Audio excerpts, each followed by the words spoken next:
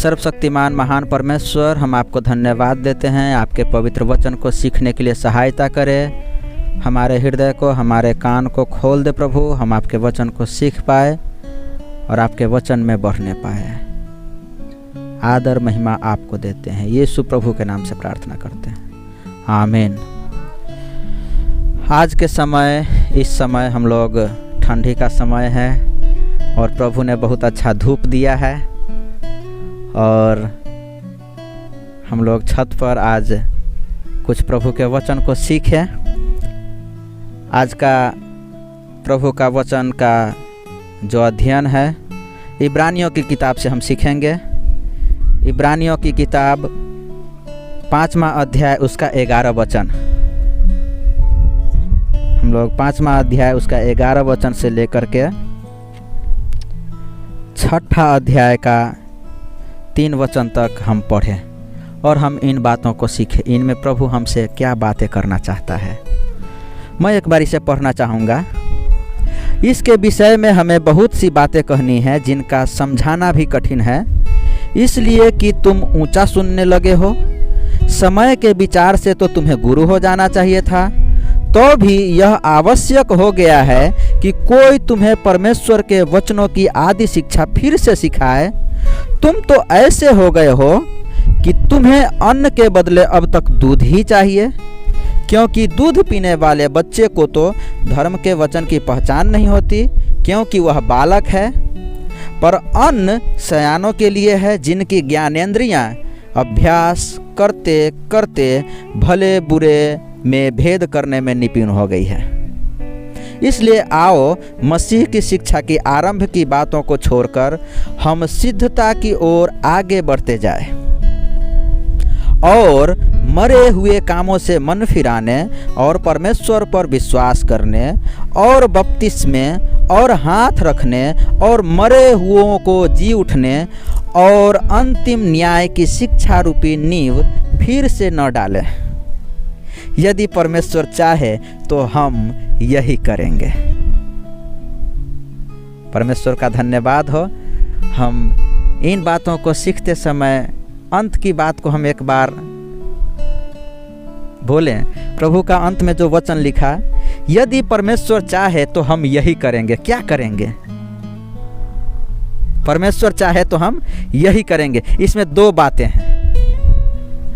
हम इन 2 बातों को आज सीखेंगे। क्या परमेश्वर हमें चाहता है?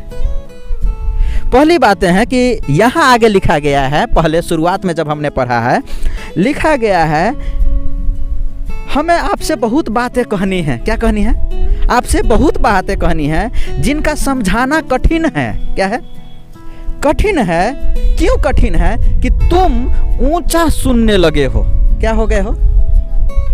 ऊंचा सुनने का मतलब क्या होता है? हैं? कम सुनना। ऊंचा सुनने लगे हो। प्रभु के वचन में कहता है ऊंचा सुनने लगे हो। कई लोग किसी को क्या बोलता है, जब वो बहरा हो जाता है, जब उसे नहीं सुनाई देता रहता तो क्या कहता है, अरे भाई हम ऊंचा सुनने वाले व्यक्ति हैं, थोड़ा जोर से बोलिए। यहाँ यही बातें इब्रानियों की पुस्तक में लिखा गया है कि तुम ऊंचा सुनने लगे हो, इसलिए तुम्हें समझाना अब कठिन हो रहा है। समय के विचार से तो तुम्हें गुरु हो जाना चाहिए था। तुमको हमने जितना सिखाया, तुम्हें क्या हो जाना चाहिए था? गुरु हो जाना चाहिए था। आप गुरु हो जाते, आप दूसरे लोगों को सिखाते, आप दूसरे लोगों के लिए प्रार्थना करते, आप दूसरे लोगों के लिए प्रार्थना करते और प्रभु उसे चंगा कर देता। लेकिन यहाँ क्या है? तुम ऊंचा सुनने लगे हो। हम तो ये जानते थे कि समय के अनुसार से तुम्हें गुरु हो जाना चाहिए था, लेकिन अब जरूरी ये है, क्या है? जरूरी ये है, यहाँ वचन में आगे लिखता है आवश्यक हो गया है कि तुम्हें परमेश्वर के वचनों की आदि शिक्षा फिर से सिखाएं। जरूरी क्या हो गया है? हम परमेश्वर के वचनों की जो शुरुआती शिक्षा है, नींव की शिक्षा है, उससे हम फिर से सीखें। जो 6ठा अध्याय का 3 वचन है, परमेश्वर यही परमेश्वर के वचन में लिखा है, यदि परमेश्वर चाहे तो हम यही करेंगे। क्या करेंगे?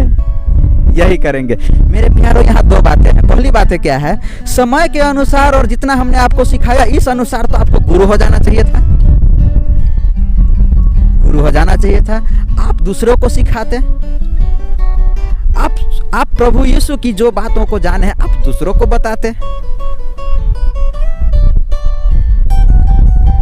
लेकिन जरूरी हो गया है कि हम आदि शिक्षा को फिर से सीखें। दो बात में अब एक बात करनी है, परमेश्वर हमसे अब क्या चाहता है। दो बातों में एक बात है। पहली बात थी कि अब तो हम गुरु हो गए, यदि परमेश्वर की यही इच्छा है कि हम अब गुरु हो गए, हम सिखा सकते हैं, तो हम दूसरों को सिखाएं। लेकिन आवश्यक हो गया है कि हम ऊंचा सुनने लगे हैं, परमेश्वर की बातों को भूल गए हैं, और ज़रूरत है कि हमें वो आवश्यक बातें, नींव की बातें, ज़रूरी बातें, शुरुआत की बातें हम फिर से सीखें।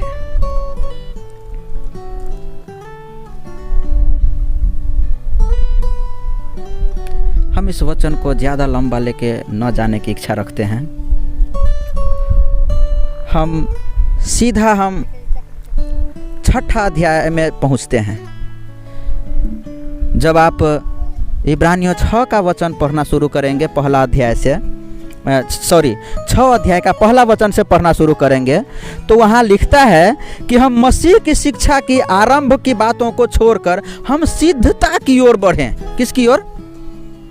सिद्धता की ओर। 6 का 1 में क्या लिखता है? हम सिद्धता की ओर बढ़ें। और यहाँ लिखता है मरे हुए कामों से मन फिराने, परमेश्वर पर विश्वास करने, बपतिस्मा या मरे हुए के जी उठने या अंतिम न्याय की शिक्षा रूपी नींव फिर से न डालें। परंतु ईश्वर चाहता है तो हम ऐसा ही करें। क्या हमें ज़रूरत है? हम सिद्धता की ओर बढ़ रहे हैं, हम गुरु हो चुके हैं, हम दूसरों को सुसमाचार देने वाले हो गए हैं, हम लोगों को प्रभु का बात बताने के लिए तैयार हो चुके हैं। यदि नहीं तैयार हुए हैं तो हम इनमें से 4-5 बातों को सीखें। पहली बात है मरे हुए कामों से मन फिराना। पहला काम क्या है? मरे हुए कामों से मन फिराना। मरा हुआ काम क्या है? झूठ बोलना, चोरी करना, व्यभिचार करना, निंदा करना, हत्या करना। परमेश्वर ने जिसे पाप कहा है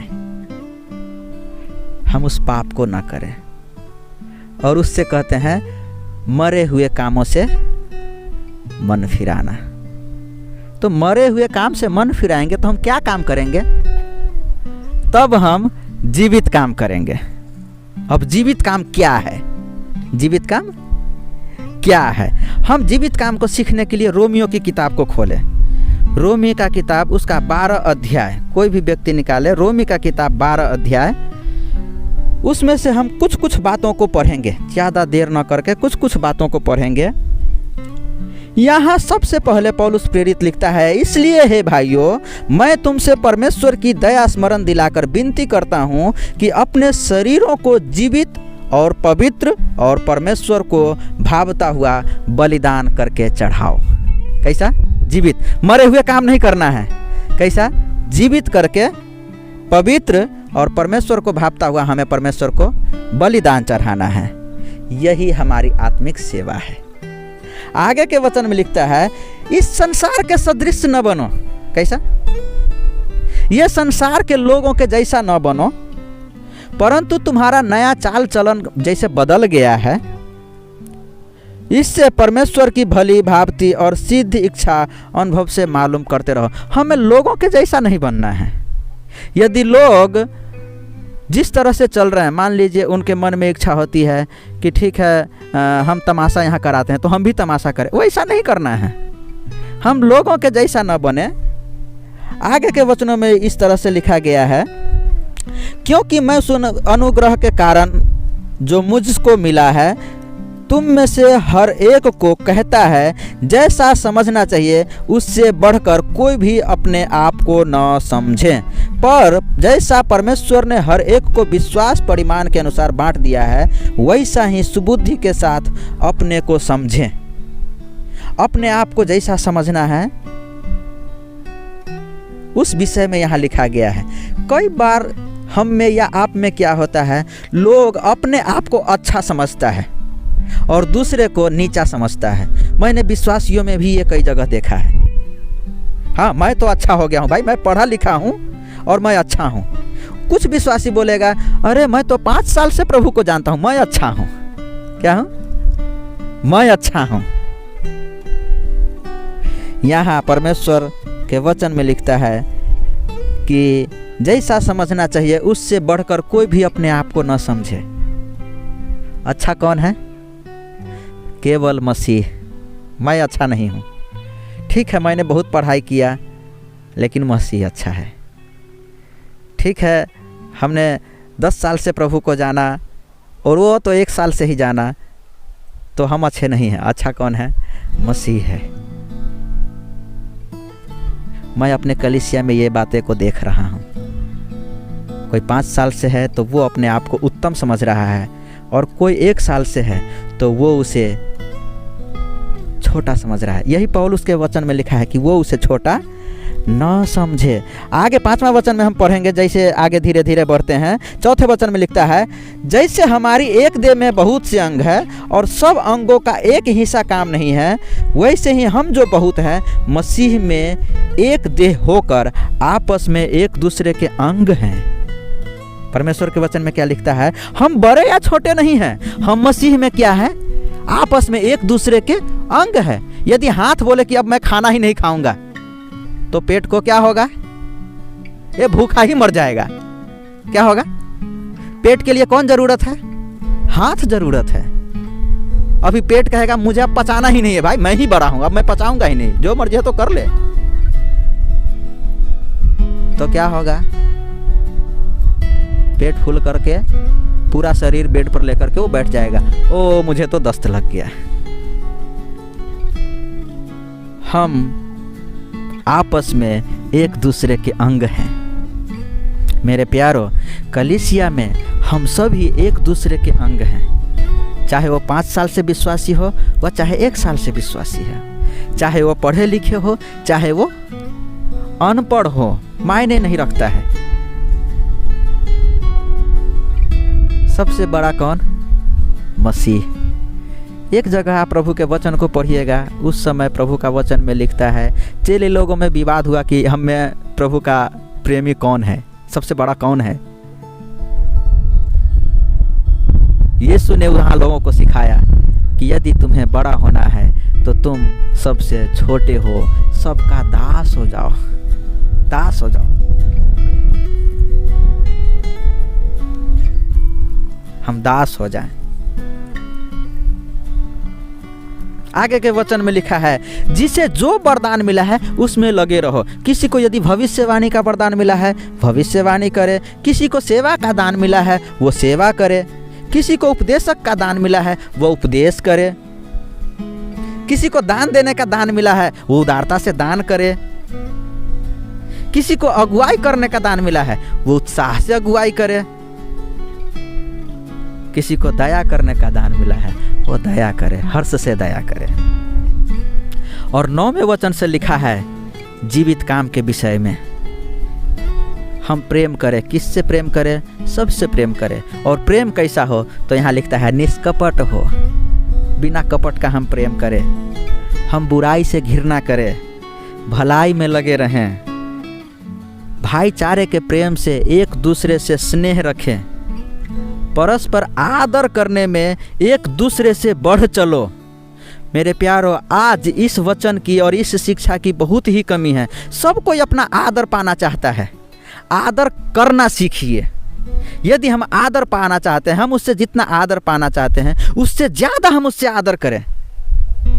हम उसको आदर करेंगे। आदर करने में एक दूसरे से बढ़ चलो। यदि हम एक दूसरे का आदर नहीं करेंगे तो हम आदर नहीं पाएंगे। आदर पाने के चक्कर में आदमी आज आदर खो रहा है। क्यों? परमेश्वर के वचन में सिखाया आदर करो, और लोग एक दूसरे का आदर नहीं कर रहे हैं। और प्रयत्न करने में आलसी न हो, आत्मिक उन्माद में भरे रहो। आत्मिक उन्माद, हम प्रभु यीशु के हैं तो प्रभु यीशु के हैं। हमें भजन गाना है, गीत गाना है, कलीसिया के कार्यक्रम में आगे बढ़ना है, लोगों को सुसमाचार देना है। हम में ये जोश होना चाहिए। प्रभु की सेवा करते रहो, प्रभु की सेवा करते रहो। क्यों प्रभु की सेवा करनी है जी? क्योंकि अब हम कुछ नहीं हैं। क्या है? अब हम कुछ नहीं हैं, जो है वो प्रभु है। हमें प्रभु की सेवा करनी है। क्यों? जब हम पापी ही थे तब मसीह मेरे लिए मरा। जब हम पाप करते थे, जब हम कुकर्म के काम करते थे, तब हमारे लिए क्रूस पर कौन जान दिया? यीशु ने। क्रूस पर यीशु ने जान दिया। यीशु हमारे पापों के लिए क्रूस पर मरा, हमारे पाप वहां क्षमा हुए। यीशु क्रूस पर से जीवित हुआ, वह जीवित प्रभु है। और हम एक वचन को पढ़ें। ये समय आपके बीच में कोई भी व्यक्ति निकालेंगे, पहला कुरिन्थियों की किताब है, कोई भी व्यक्ति निकाले पहला कुरिन्थी की किताब है, उसका 6 अध्याय, उसका 19 वचन। पहला कुरिन्थी 6 अध्याय उसका 19 वचन। यहाँ प्रभु का वचन इस तरह से लिखता है, क्या तुम नहीं जानते कि तुम्हारी देह पवित्र आत्मा का मंदिर है, जो तुम में बसा हुआ है और तुम्हें परमेश्वर की ओर से मिला है? हमारा देह क्या है? मंदिर है, पवित्र आत्मा का मंदिर है। किसकी ओर से मिला है? परमेश्वर की ओर से मिला है। और तुम अपने नहीं हो। मैं अब अपने आप का नहीं हूँ। किसका नहीं हूँ? ये शरीर किसका है?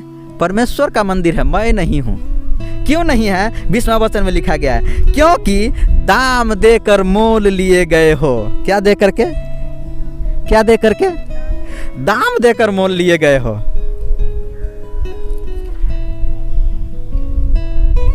कौन दाम दिया है मेरे लिए? मेरे लिए प्रभु यीशु ने दाम दिया है।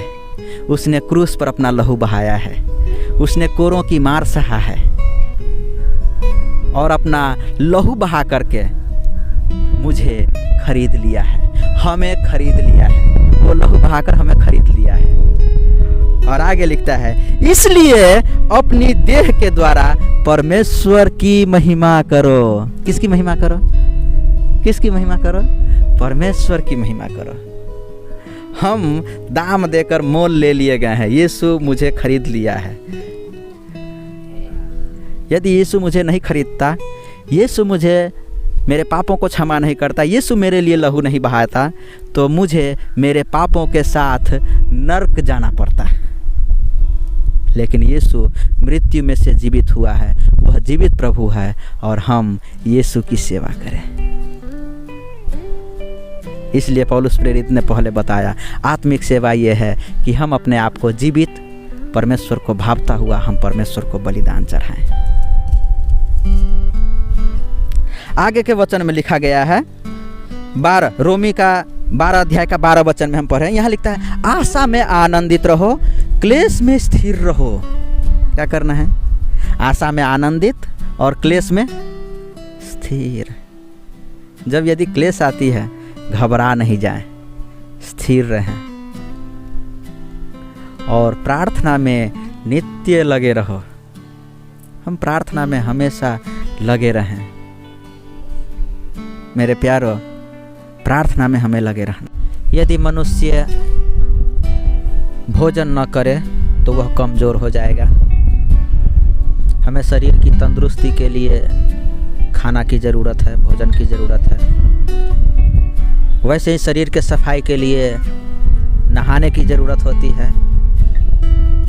वैसे ही हमें प्रार्थना की ज़रूरत होती है। प्रार्थना करने से हमारा मन साफ रहता है, वह हमारा आत्मा मजबूत रहता है, हम आत्मिक मजबूती में होते हैं।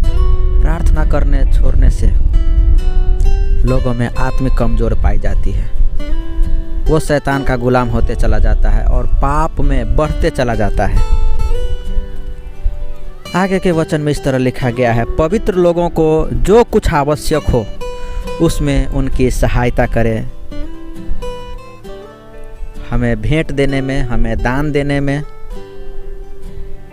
हमें सुसमाचार प्रचार कार्य के लिए, सेवकाई के लिए हमें भेंट समर्पित करनी, हमें दान समर्पित करनी है कि प्रभु का कार्य आगे बढ़ता चले जाए।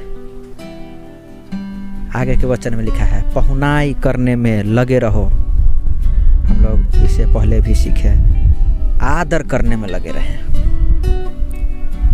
अब हम आगे के वचन को पढ़ें। आगे लिखता है 14 वचन में, जब आप पढ़िएगा रोमियो 12 अध्याय 14 वचन, उसमें लिखता है अपने सताने वाले को आशीष दो, आशीष दो, श्राप न दो।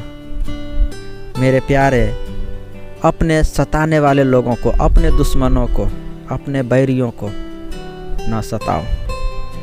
जो हमें सताने वाले हैं उन्हें हम सताएं नहीं, लेकिन उन्हें हम आशीष दे, श्राप नहीं दे, आशीष दे। दुनिया का कोई ऐसा धर्म, दुनिया का कोई ऐसा शास्त्र, दुनिया का कोई ऐसा लोग नहीं है जो इस तरह सिखाता है। सब लोग एक ही बात बोलता है, बदला लो। उसने हमें मारा है तो हम उसे क्यों छोड़ दें? लेकिन प्रभु यीशु मसीह के वचन में लिखा गया है सताने वाले को आशीष दो। क्रिश्चियनिटी एक बहुत ही अलग प्रकार का विषय है। क्रिश्चियनिटी एक अलग प्रकार का विषय है। हमारे पाप के लिए यीशु क्रूस पर मरा है, हमें माफ़ करता है और यह दूसरों को भी माफ़ करने को सिखाता है। हम सताने वाले को श्राप न दे, हम आशीष दें। जब 15 वचन लिखता है आनंद करने वाले के साथ आनंद करो और रोने वालों के साथ रो। आपस में एक सा मन रखो, अभिमानी न हो, परंतु दीनों के साथ संगति रखो। आज ये बहुत कठिन हो गया, दीनों के साथ संगति रखना। आज सब लोग अपने से ऊंचे लोगों से संगति रखते हैं। क्यों? ज़रूरत पड़ेगी तो पैसा मिल जाएगा। यदि बाहर जाने की ज़रूरत है, यदि मोटरसाइकिल वाला से दोस्ती है तो उसका मोटरसाइकिल लेकर के हम बाज़ार जा सकते हैं। सिर्फ और सिर्फ लेने के व्यू से लोग एक दूसरे से प्रेम रखता है, एक दूसरे से संगति रखता है। परंतु प्रभु के वचन में यहाँ लिखा गया है दीनों से संगति रखो। वो जो दबे हैं, वे जो कुचले हैं, वे जो दीन हैं, उनसे संगति रखो।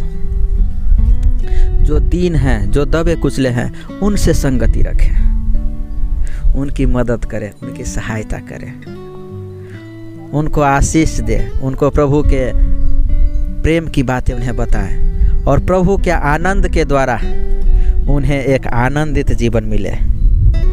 आगे वचन में लिखा है अपनी दृष्टि में बुद्धिमान न हो। मेरे प्यारो, आज जो है सब लोग अपनी दृष्टि में बुद्धिमान होना चाहता है। सब कहता है मैं जैसा हूँ वैसा तो कोई है ही नहीं, हम ही सबसे बड़ा हैं।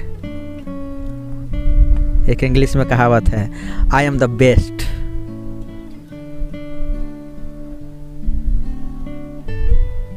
कुछ लोगों के मन होता है कुछ तो मैं हूँ, आई एम समथिंग।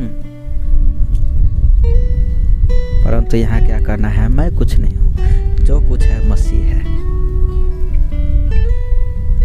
लोगों की जिंदगी में क्या होता है, आई एम समथिंग, और वह कुछ नहीं होता है। खत्म उसकी कहानी होती है, बस कॉलर पर का होता है हीरोपना। लेकिन जब हम कहते हैं मसीह you are everything and I am nothing, तब हमारी लाइफ, हमारा व्यवहार सब एवरीथिंग हो जाता है, सब कंप्लीट हो जाता है, सब पूरा होता है। यहाँ परमेश्वर के वचन में लिखता है अपनी दृष्टि में बुद्धिमान न बनो। जब आप नीति वचन के पढ़ेंगे, नीति वचन के 3 अध्याय में इस तरह से लिखता है अपनी दृष्टि में बुद्धिमान मत बनो, वरन संपूर्ण मन से परमेश्वर पर भरोसा रखो। हम परमेश्वर पर भरोसा रखें, हम परमेश्वर के प्यार में बढ़ें। अब आगे के वचन को हम ले, बुराई के बदले किसी से बुराई न करो। बुराई के बदले किसी से बुराई न करो। जो बातें सब लोगों के निकट भली है उनकी चिंता किया करो। हम अपनी भलाई को छोड़ करके दूसरे की भलाई के लिए सोचा करें। जहां तक हो सके सब मनुष्यों से मेल मिलाप रखो। अब वो 14 वचन का बात यहाँ आ रही है। 14 वचन में हम लोग क्या सीख रहे थे? अपने सताने वाले को आशीष दो श्राप न दो। क्यों? यहाँ लिखता है 19 वचन में, हे प्रियो, बदला न लेना परंतु परमेश्वर के क्रोध को अवसर दो, क्योंकि लिखा है बदला लेना मेरा काम है। बदला लेना किसका काम है? वो मेरा काम नहीं है। बदला लेना परमेश्वर का काम है। हमें परमेश्वर को अवसर देना है, परमेश्वर बदला लेंगे। परमेश्वर को अवसर देने का मतलब धैर्य रखना, शांति से रहना, उसका बदला वो लेंगे।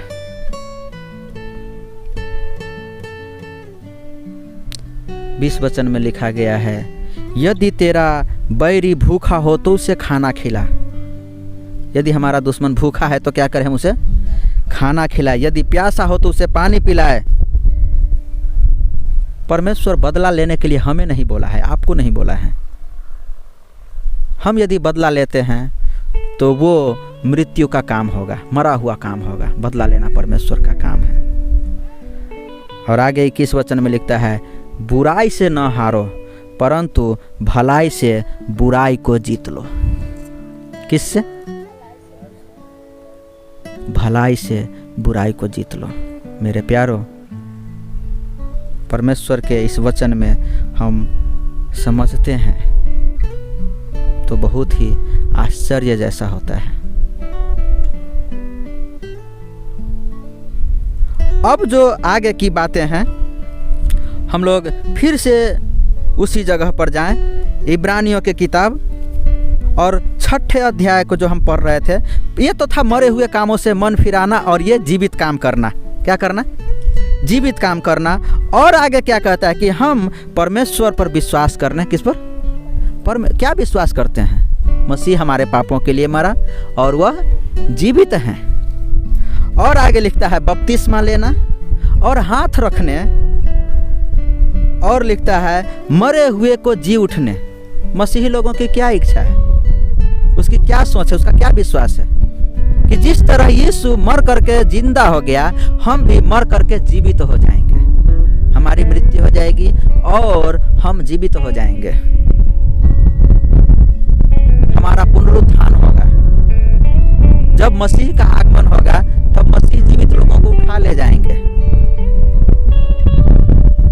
जीवित लोग उठा लिए जाएंगे। और आगे की बात आती है, अंतिम न्याय होगा। क्या होगा? अंतिम न्याय होगा। और उस न्याय में सभी लोगों का न्याय किया जाएगा। मसीही शिक्षा ये होती है कि हम पाप को न करें, हम मरे हुए काम न करें परंतु जीवित काम करें। बपतिस्मा, हाथ रखने, मरे हुए के जी उठने और अंतिम न्याय की शिक्षा रूपी नींव फिर से न डालें।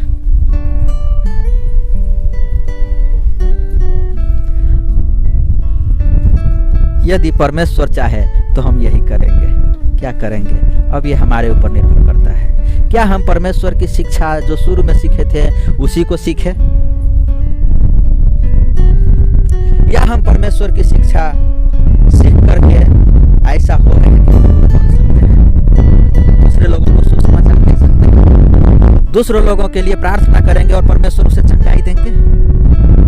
दूसरे लोगों के पास छुटकारे का एक रास्ता हमारे द्वारा हो सकती है।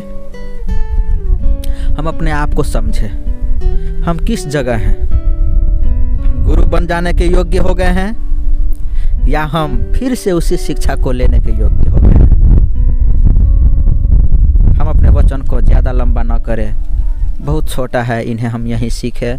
परमेश्वर को धन्यवाद दे, परमेश्वर की स्तुति करें और परमेश्वर को धन्यवाद करते हुए परमेश्वर की महिमा गाएं। महान प्रभु, आपको धन्यवाद देते हैं, आपकी स्तुति महिमा होती रहे प्रभु।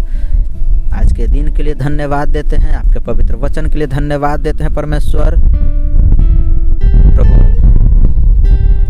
मरे हुए कामों को छोड़कर उससे मन फिराकर जीवित काम करने वाले बने और फिर से वही नींव रूपी शिक्षा, विश्वास करने, बपतिस्मा लेने या अंतिम न्याय की शिक्षा, इसी में उलझ करके न रहे परंतु हम सिद्धता की ओर बढ़े, आपकी महिमा और आपकी प्रशंसा में बढ़े, दूसरों को आपके विषय में बताने वाले बन जाए, दूसरे लोग आपको जाने, अपने पापों को छोड़े और उसका उद्धार हो